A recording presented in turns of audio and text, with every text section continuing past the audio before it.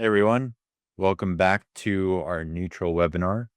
This is our April webinar, and we're delighted to have Soham from Eco-Responsive Environments join us today to talk a little bit about master planning, city building, architectural design, and how proper neighborhoods are made.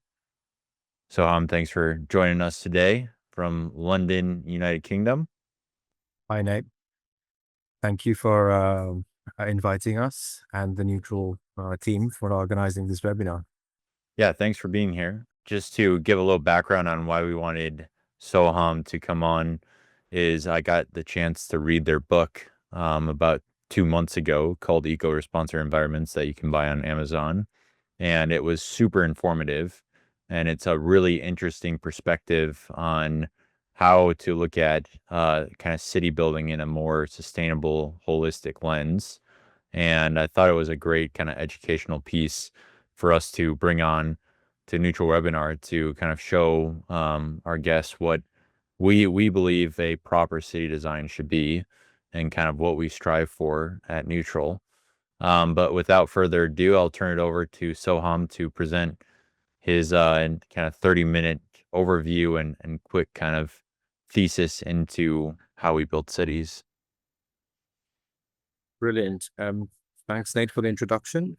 So yeah, a bit about ourselves. We are Prachi and Soham, myself, Soham, co-founding directors of an award-winning urban design and architectural practice based in London. And we are here to talk about a recently published book called Eco-Responsive Environments and its application in everyday practice. As the title suggests, this is a practical book about designing the built environment at all scales, from buildings to a rural form of settlements. We call it a framework instead of a manual or a guidebook because the book presents a set of ideas based on empirical research that provide support to respond to current challenges of built environment that we are all facing over the world. Settlement design is an interdisciplinary subject that intersects with various fields of knowledge such as urban planning, architecture, environmental science, sociology, economics, amongst others. Its impact extends to everyone, making it a complex, multifaceted subject. Therefore, it requires a comprehensive understanding of how these different disciplines interact and influence each other. That's why we try to put together a set of ideas that draws from various professional fields and available extensive literature on sustainable and regenerative design in a manner of theory of everything, if you like. The idea was to provide a unified framework that combines multiple disciplines into a single comprehensive understanding. It is very much open-ended and absolutely incomplete. And we think we are barely scraping the surface here. And we would very much appreciate your thoughts and feedback to help it grow and evolve. The process of its thinking started about almost 14, 15 years ago.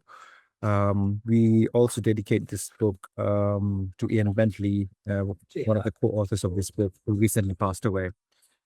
Ian and Sue, co-authors of the classic responsive environments, if you know about it, that was published in 1985. So those who have read it would know that it was structured around design qualities that mainly focused on opening up of choices and experience of the user. However, it did not quite talk much about how to reintegrate human and natural systems, which is a way of creating conditions for a favorable system for a greener, eco-friendly world, otherwise known as being sustainable in a popular culture. We saw there was a clear divide or a gap in both practice and academia between the discipline of landscape ecology and the rest of built environment. To put it simply, thinking of humans and nature as somewhat being separate. As we move forward, we are realizing that the gaps between professional boundaries are getting broader and deeper.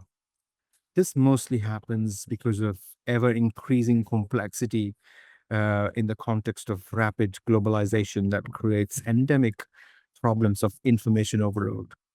And to cope with this, any particular designer is driven to take a specialized focus. And due to such hard boundaries, we get so caught up in our own work that we miss how it connects with others are doing. But the truth is, our work often spills over into work of others, even those who are working on completely different disciplines. This lack of interdisciplinary understanding means designers of all kinds face the risk of making well-meant decisions that generate infinitely widening chain of unintended consequences.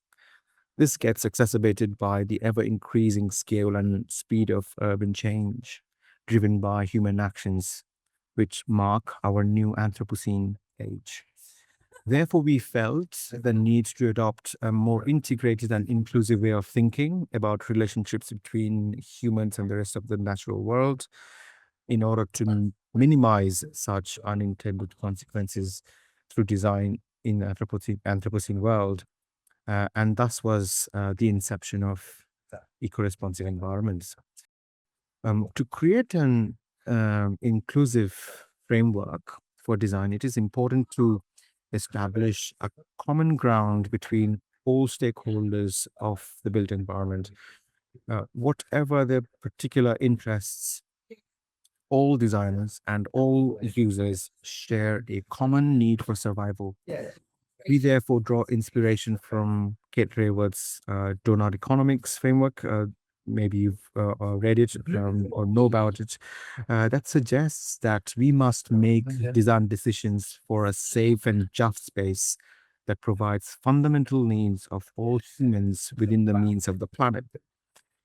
This is the space in which the book's framework operates. It addresses Anthropocene's ever-changing economic and environmental conditions by developing a design approach that is responsive to human needs whilst ensuring long-term support from our planet's life support systems. We call this approach eco-responsive design. To enable this in practice, eco-responsive design approach embraces a complex systems thinking, which means there are things within things within things within things, and are also interconnected. This kind of thinking is more prevalent in other fields of knowledge like economics, sociology, medicine, etc., but also in landscape and ecology, which we heavily draw from. In complex systems, relationships between elements, things, or objects matter more than those objects or things themselves in isolation. And like many other systems, settlements are also complex systems. This means that instead of thinking about settlements, cities, towns, or villages as one large thing, we need to think about it as a set of relationships between different subsystems. We start with land and topography, without which you can't have any settlement. The land has water system and green system, and they change at different rates, rather very slowly. Then we have the public space system, without which we can't get from one place to another. And once laid out, street network also cannot be altered significantly very easily. Then we have the plot system. Although they may last centuries, they are comparatively more faster changing than the natural infrastructure or the street networks. They are, however, currently facing threats of rapid change. On top of plots, sits the building systems, which is rather short-lived in comparison to other layers, or even lesser these days, being designed for shockingly shorter lifespan of 30 to 60 years. In summary, the three key subsystems of a settlement, like natural infrastructure, public space, plots, and buildings, are not things or objects, but layers that are interconnected and interact with each other. This means that change in one of these layers will affect or trigger change in the others. These subsystems, however, are also multi-scalar. For example, the public space system is made up of streets and other public open spaces, which are in turn made up of ground surface, trees, bollards, etc. and are in turn made up of materials and textures and so on. These smaller elements typically change faster than the larger system they constitute. For example, the trees and plants of the natural infrastructure change much faster than the underlying landform, whilst the internal layouts of buildings, windows, doorknobs, again, typically change much faster than the overall building structure. Therefore, design decisions of the longer lasting layers, or as we call it, the deeper layers, need to be fixed at the earliest stage possible to set the stage right for faster changing layers that constitute um, what we call the surface order of places. Otherwise, it risks settlements suffering from inherited fundamental challenges which are rather irreversible. This essentially generated our methodology for how to understand and design settlements, resulting in our chapter structure. Chapter 1 starts at the largest scale, developing framework for creating a natural infrastructure by drawing out maximum affordances from the site's natural capital. Chapters 2, 3, and 4 then leave in public space network, link in the plot structure, and integrate the build form. Chapter 5, however, is slightly different to the rest as it explores implications of decisions made in chapters 1 to 4 for a multi-sensory experience. Adopting a transdisciplinary design approach, each chapter summarizes relational parameters that enable creative design decisions in varied local situations. Many of these design parameters, some more than the others, in essence are transferable across all cultures. In the slides that follow, we would show our recent project, the Heath Park Master Plan, as an example of how we have implemented this approach in practice.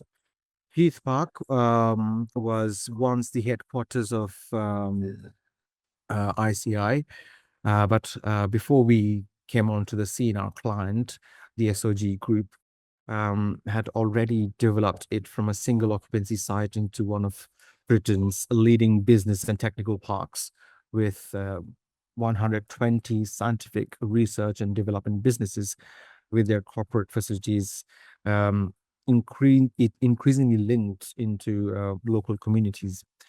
Now, SOG want Heath Park to move forward as a beacon of innovation, health, and well-being, inspiring climate appropriate ways of addressing Runcorn's serious health and deprivation issues. That includes obesity, access to nature, car dependency, loneliness. To show realistic ways forward, we had to balance the project's long-term economic, social, and ecological beacon values against shorter-term financial ones. Our design team evolved this balance collaboratively with the client and with the regional and local authorities. More locally, an interactive Heath Live platform based website was engaged with local residents and businesses. Going layer by layer, we outlined projects, eco-responsive approach, and wider reimagination agenda for securing resilience and sustainability through design in the following slides.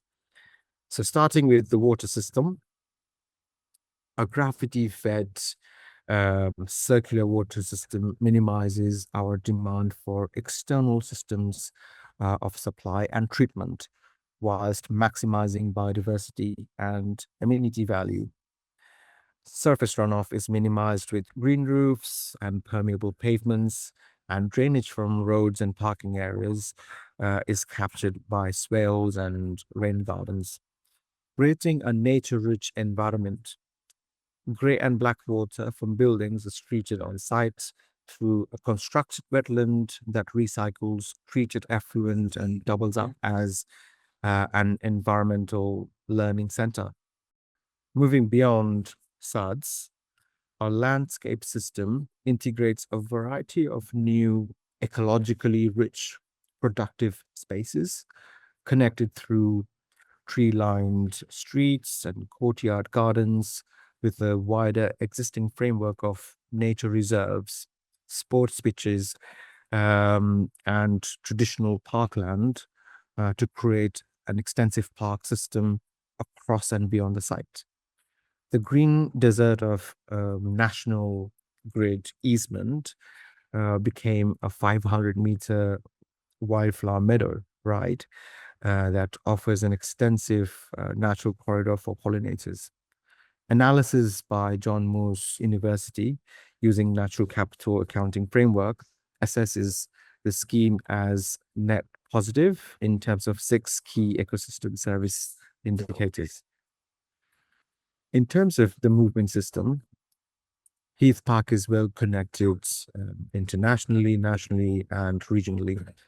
But this space syntax, where hotter colors indicate most connected streets, reveals a coarse, disconnected pattern of local connectivity imposing car dependency even for shorter journeys as it exists. We reimagine this system to support healthy walking and cycling for local travel with a fine-grained connected street layout, stitching the site to the wider context.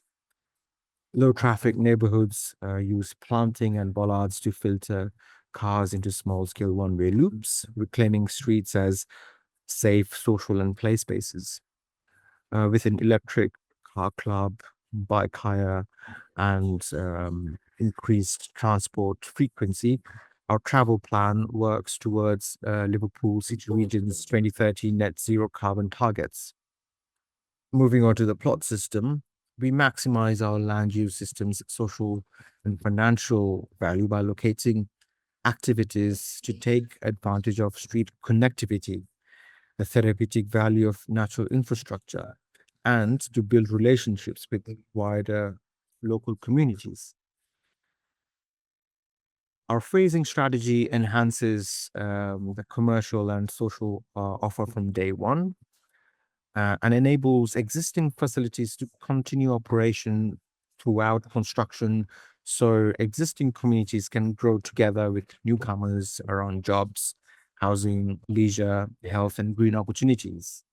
Enabling vibrant convivial places, plots form fine-grained mixed-use perimeter blocks with mixed-use tenures, um, frequent street entrances, private back gardens, enclosing resident-only communal gardens help to foster unsupervised play and intergenerational living.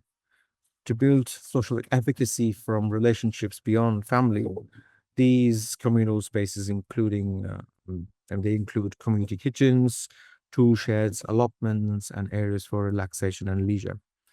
So there are 3 scales of social interaction: private, communal, and public, and each with a specific purpose.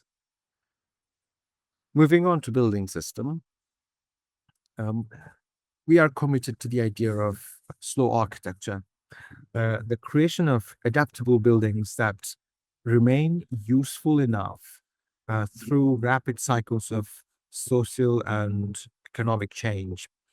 Um, Following this approach, the existing buildings with concrete frame structures and 12-meter deep floor plates support a retro first approach, reused as affordable live work units and office and laboratory spaces. Housing, whether new built or repurposed, is designed to address today's tide of social isolation and put in stark focus during COVID. Multi-focus living spaces incorporate smaller scale nooks, bays, window seats to balance individual privacy with family togetherness. In essence, the idea was to create the idea of great hall where these smaller nooks and private spaces join up to meet together in this central open space that support family togetherness. Um, Now, moving on to sort of utility system, Heath Park's utilities and infrastructure system response to climate crisis and environmental degradation at three key levels: site level, cluster scale, and building scale. At site and cluster scales, regenerative microgrids of renewable energy, water, and waste maximize energy efficiency and share resources amongst diverse users accommodated within the buildings. All new residential is net zero carbon, with existing buildings upgraded to the highest levels of energy efficiency using locally sourced natural materials with timber frame structures and modular components designed for easy disassembly and reuse. Fabric first building skins are designed in tune with nature's circadian cycles to enhance occupant health, minimizing service bills, and enable Heath Park's people to live, work, and play towards a net zero future. At a perceptual level, we learn from the human affinity to therapeutic effects of nature, also known as biophilia. By building in the fractal organization that's typical of natural systems, with increasing levels of detail revealed as surfaces are approached, which means as we zoom in, we tend to find new level of detail. We draw on this attunement with nature's scalar structure to reimagine aesthetics of buildings and public spaces using sustainable materials and today's technology. But turning today's design culture on its head by replacing current minimalist aesthetics with multi-scale fractal complexity. Close-up detail also offers potential for new creative businesses. Digital craftsmanship enables users to create their own small-scale details, much as the village blacksmith would have done, creating a forward-looking place identity that is rooted but not stuck in the past. In conclusion, our complex systems approach empowered us to identify a reimagination agenda for healthy placemaking across a range of scales. As we discussed, from natural infrastructure, public space, plots, buildings, land uses, even going further into details of public realm or building elevations. It made us confront head on with the question of how we can make the most sustainable option also the most viable one. And to be honest, we are still exploring, ideas and sort of trying to find responses towards this question. And I suppose this will be quite an ongoing dialogue between different stakeholders and also with the current audience as well. So through this project, three key lessons were learned. One is for a regenerative, sustainable development, it is very important that we have a very good development brief right at the outset. Second is to have a project management system that is very much akin to orchestrating like a symphony. It needs to understand how the different layers of settlement works, and then to have an evidence rooted design. Our design process has to be backed up by evidence, but evidence alone is not enough. As environmental communications specialist, George Marshall explains, people may read information in the form of data and figures, but their beliefs about it are held entirely in the form of stories. This is because stories perform a fundamental cognitive function. They are the means by which the emotional brain makes sense of the information collected by the rational brain. This means that we need a compelling story to help us replace existing design conventions with new ideas. to inform the wider political planning and policy renewal.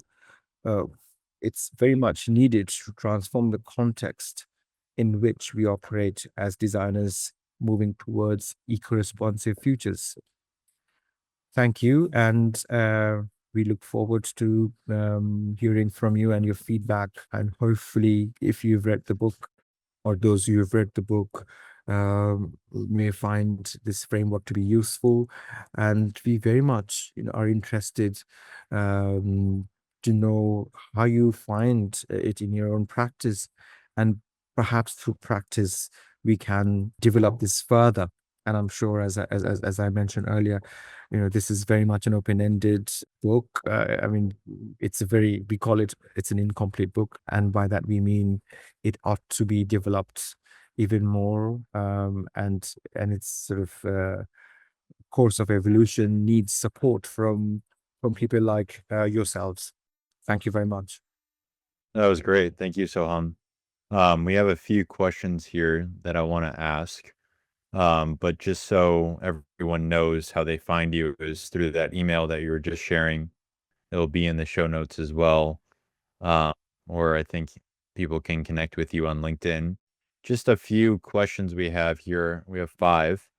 The first one is, how do you view the idea of designing city blocks with a phased approach, adding multiple buildings over several years, rather than building one large complex all at once?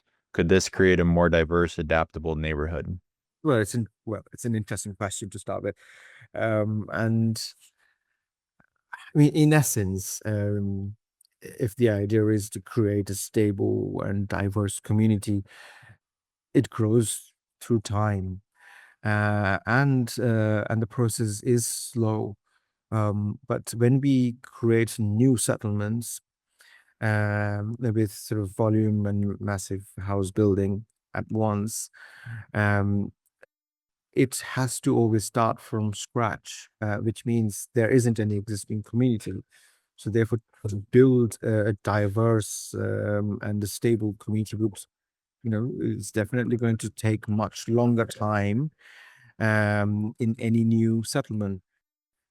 But that doesn't mean one is better than the other. It's just a case of a situation of where your project is. I mean, absolutely, brownfield site regeneration and building on what exists is very much sort of low carbon. It's very less energy intensive in many ways, but that is not always the way we can address problems in terms of varied socio-political situations. So so yeah, I mean, definitely creating communities via new settlements are much more difficult than building on something that exists. Yeah. I mean, I think especially in the US, it's maybe a little different in Europe, but it seems like every time a developer gets a whole block to design and play with, they end up just building a big black box that isn't very beautiful and doesn't have a lot of character. Whereas I think about the streets of London or Paris or Vienna, and you have blocks that has been built over centuries, Hmm. that it's like one building next to another that makes up this beautiful kind of abstract master plan of a design. Hmm.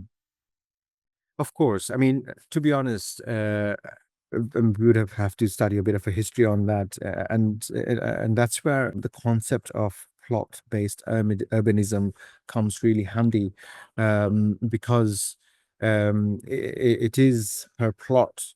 Specific development is guided, and every plot has particular characteristics, and also how design cultures and development processes have also changed.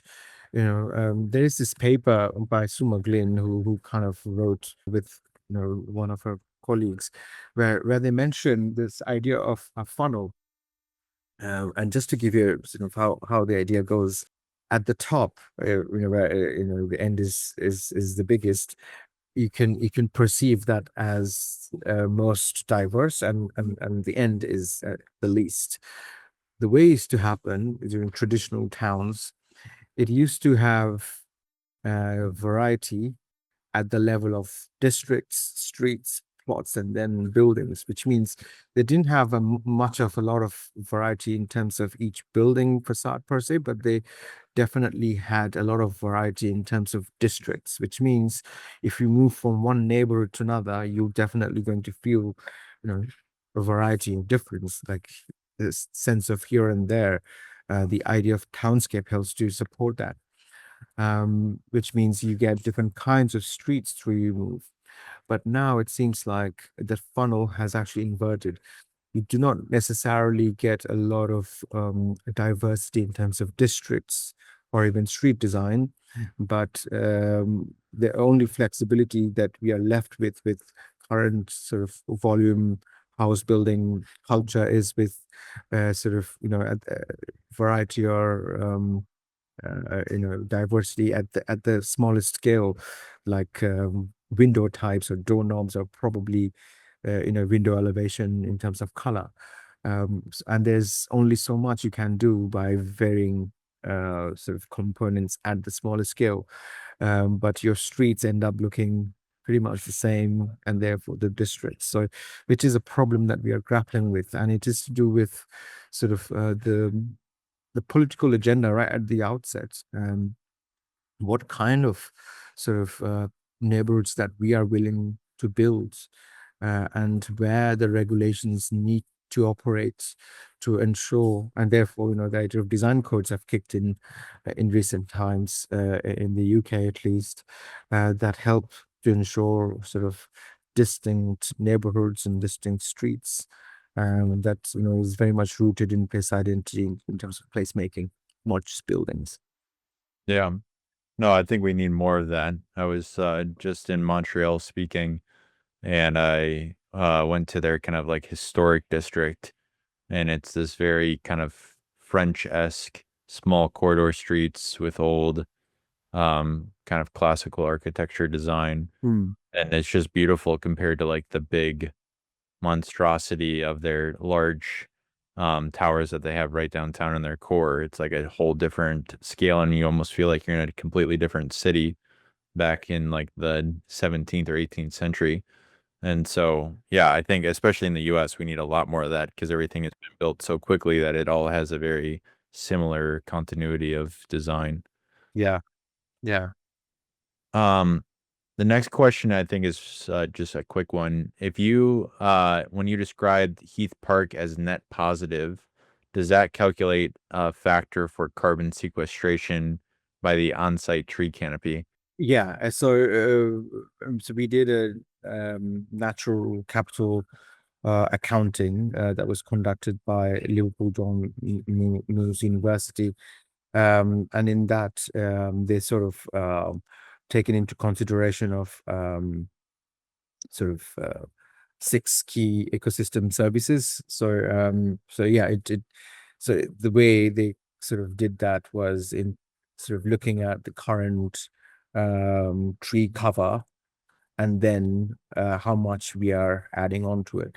Now, to give you a bit of a context, the existing site that we worked on, although it had a lot of sort of green cover, but it is also currently used as a business and technical park, which means it has a lot of hard standing and parking spaces. Um, so our approach has been retain all existing trees, retain all existing sort of grassland areas, and even sort of enhance them by sort of local native species and sort of nectar-rich pollinators as well. But not only that, we sort of transformed the existing parking yards and hard standing spaces into wetlands wherever sort of the existing topography was appropriate.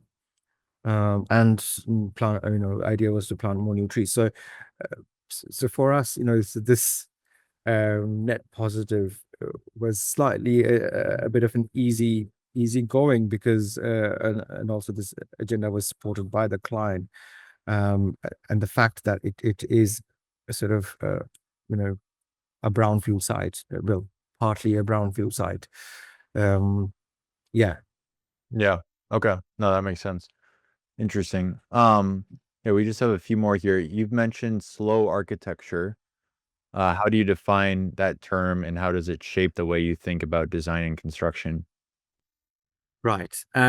So the idea of slow architecture kind of stems from I think he's a journalist, Stuart Brand's book, where he talks about different, like the settlement, as I mentioned, it has subsystems. Buildings also have different sort of subsystems from the overall structure, then sort of skin, services, space plan, and then sort of objects or furnitures. And each of these subsystems have different rates of change. For example, the furnitures within a space plan are more likely to change than the space itself, or the space itself, how you lay it out is, you're more likely to sort of demolish a internal party wall or something, but the entire structure of the building still remains. So it's understanding how these different subsystems of the building relate to each other, and that's what makes it more adaptable. And the thing is, we can make these smaller adjustments, which make our life more flexible, only if the bigger structure itself is most resilient and it could support different changes of use. To give you an example, and something that was very much flagged up during COVID, um, or probably I should say post COVID, we realized, obviously during COVID, lots of people didn't go to work, and then people started to work remotely, and then we suddenly found this amazing technological Zoom or Teams or whatever, and then people didn't quite return to work, so all of these office floor spaces started to lose rent, or people were starting to lose rent on the spaces. And there was sort of a lot of ideas. What do we do with this sort of massive building stock that was once used as offices or other commercial uses? Because you can't easily translate, sort of put them back into residential uses, only because they were terribly deep. It doesn't allow for sort of natural daylight or ventilation. Probably worked for office uses, definitely not very sustainable or low carbon. But for residential use, I don't think someone could actually survive without access to natural daylight. So, and therefore, if we don't get sort of make our sort of deepest layer of the building, which is the structure itself, not very resilient in terms of access to natural daylight and cross ventilation, the faster changing layers are not going to support, are not going to be flexible, are not going to exist. And that's why, the idea of slow architecture comes from this idea. If we make our deeper structure so resilient that it could stand the test of time in terms of change of use.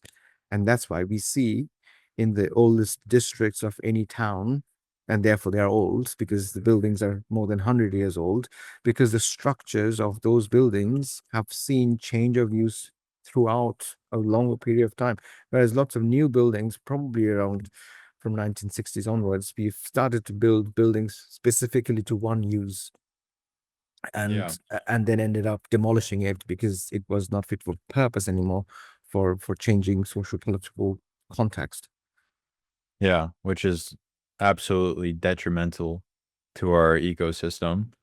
And I think, yeah, that's something that's really interesting that we've been intrigued by as well, because there's a lot of this kind of office conversion discussions in the US. And I think with those discussions, we've even looked at developing a few buildings and converting them to residential from office. And a lot of them just don't work for exactly what you're saying. They're either too deep of floor plates or the structural grids don't make sense for residential, or there's just too much upgrades to the structure that ultimately it's probably less expensive to tear down and put up a new Mm, building. And it's like it's just sad to see because a lot of these buildings aren't that old in the context of buildings when you're thinking about, lifespans and life cycles of 100, 200 years mm, for some buildings that have been built back in the like 18th and 19th century. So yeah, I think that's really important. That's something that I know we've been working a lot more on is how do we design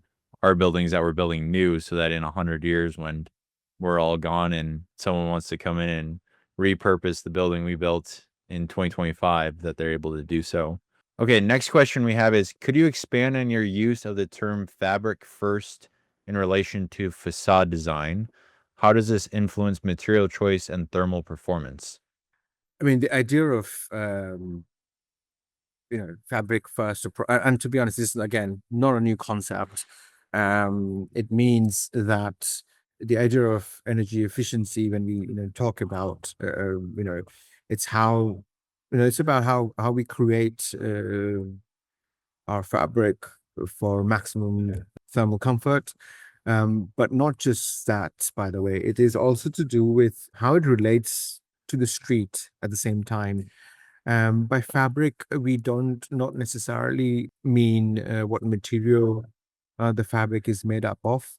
Rather, it comes from the concept of components of the fabric itself. Like again, systems thinking approach, fabric is made up of entrances, windows, balconies, sort of other shading devices, then the skin itself, or maybe there's like green sort of planting on, or sometimes on screen itself. So what it is understanding the function of the skin and how it relates to the street and how it also relates to people habiting the space internally.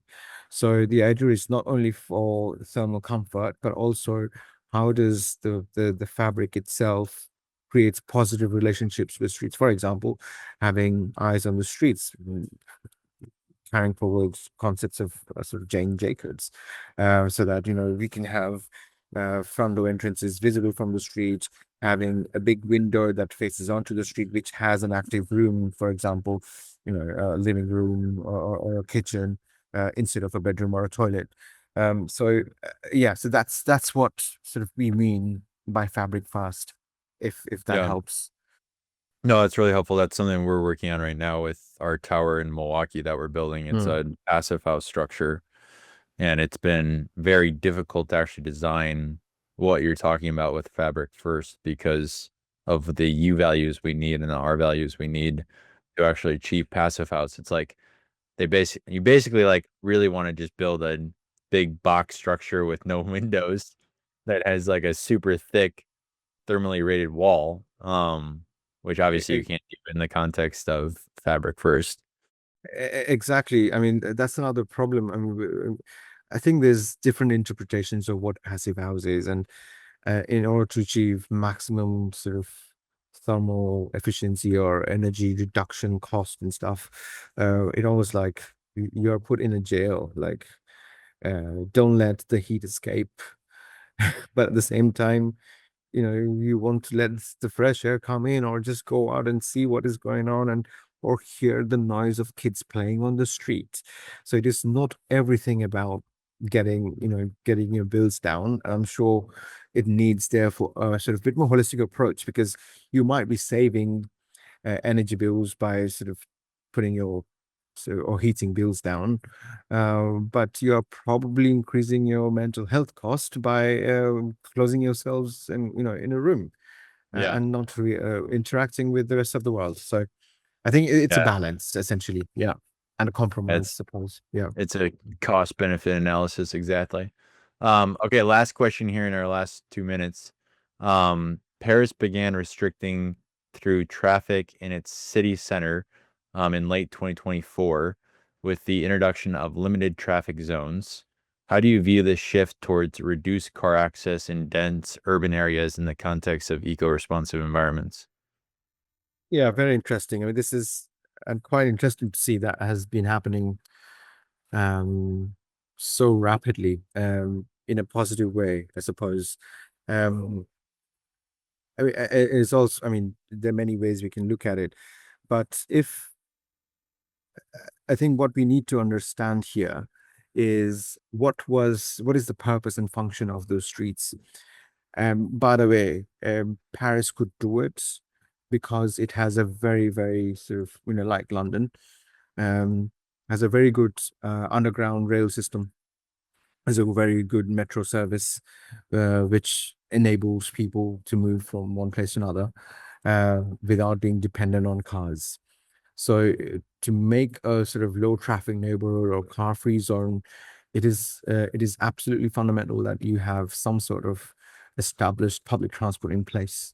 Now, what we benefit from a dense urban environment, or in a way, what dense and urban environments bring with it is number of people interacting on the streets, in other words what we call footfall, and it is the footfall that supports any sort of non-residential use, like any sort of retail or any sort of entertainment or anything, any business, local shops or businesses that generate life on streets thrive on only one and only factor, which is pedestrian footfall.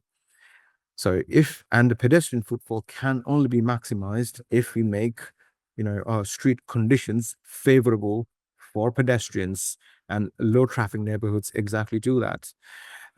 But again, I mentioned, as I have sort of, emphasized, it only works in places because people still move.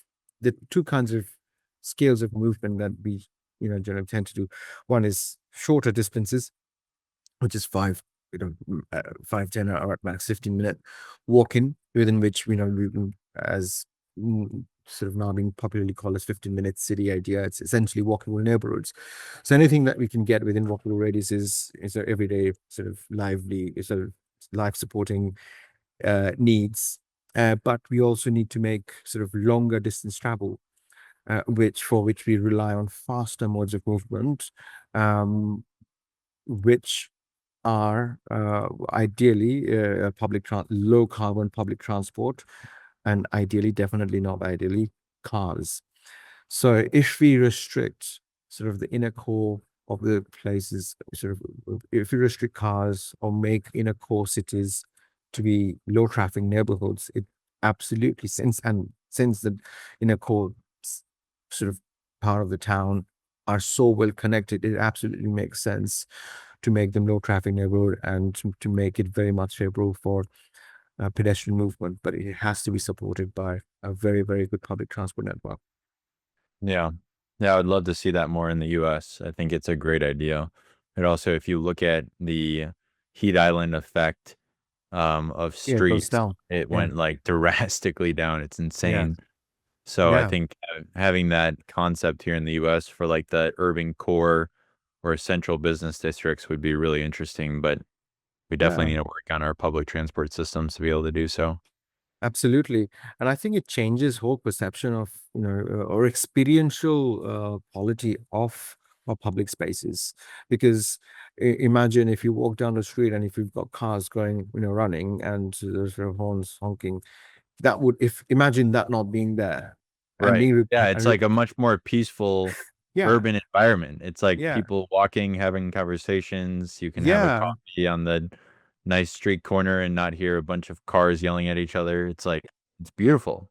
It is, and then you get rustling of leaves, and then sort of chirping of birds, and all those things start to happen. It's just absolutely different environment, which is much more pleasurable. Yeah. Well, I really appreciate you coming on, Soham. This will be on our website, and for those who missed it today, we'll have it at neutral.us under news. But I appreciate you coming on, and hopefully you keep up the good work in London and maybe sometime in the US here. Absolutely. And before we finish, well, again, I would like to thank you, Nate, and the neutral teams of sort of making this happen, inviting us. on this, in this sort of conversation.